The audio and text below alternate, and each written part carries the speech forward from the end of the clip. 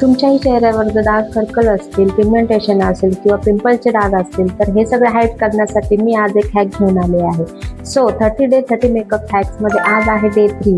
तर डे 3 मध्ये मी तुम्हाला सांगणार आहे की डार्क सर्कल, डार्क स्पॉट्स किंवा पिगमेंटेशन हे कसे काय हाईड्स करायचे.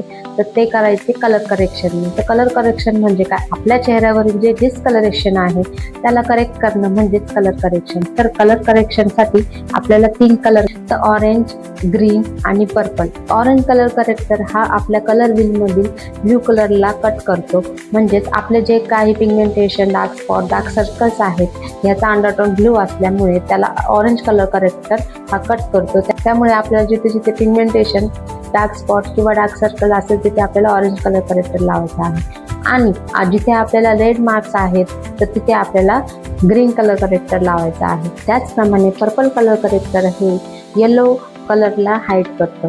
तर माझ्या फेसवर इथे डार्क सर्कल्स आहेत आणि माउथच्या अराउंड थोडंसं माझं पिगमेंटेशन आहे. तर ते हाईड करण्यासाठी मी इथे यूज करणार आहे ऑरेंज कलर करेक्टर. तर ऑरेंज कलर करेक्टर आपल्याला ब्रशमध्ये घ्यायचा आहे आणि जिथे जिथे आपल्याला डार्क सर्कल्स आहेत तिथे तिथे ॲप्लिकेशन करायचं आहे. थोड्या थोड्या प्रमाणातच आपल्याला डार्क सर्कलवर अप्लाय करायचं.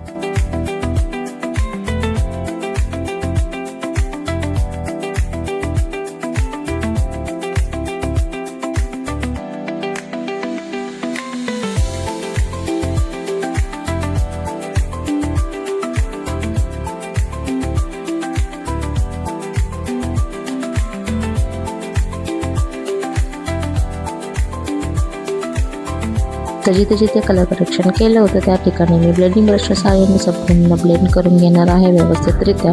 कुठेही पॅच न दिसता कामा नाही अशा पद्धतीने तुम्ही देखील ब्लेंड करायचं आहे. बघू शकता व्यवस्थितरित्या ब्लेंड झालेलं आहे. अशा पद्धतीने माझे जे काही डार्क सर्कल्स आहेत, जे डार्क स्पॉट्स आहेत आणि माउथच्या अराउंड जे काही पिगमेंटेशन होतं ते मी पूर्णपणे हाईड केलेलं आहे. तर ही हॅक तुम्हाला कशी वाटली हे मला कमेंट्समध्ये नक्की सांगा. व्हिडिओ आवडला असेल तर लाईक करा, चॅनलला सबस्क्राईब करायला विसरू नका. आणि हा व्हिडिओ जर तुम्ही इंस्टाग्रामवर बघत असाल तर नक्की फॉलो करा.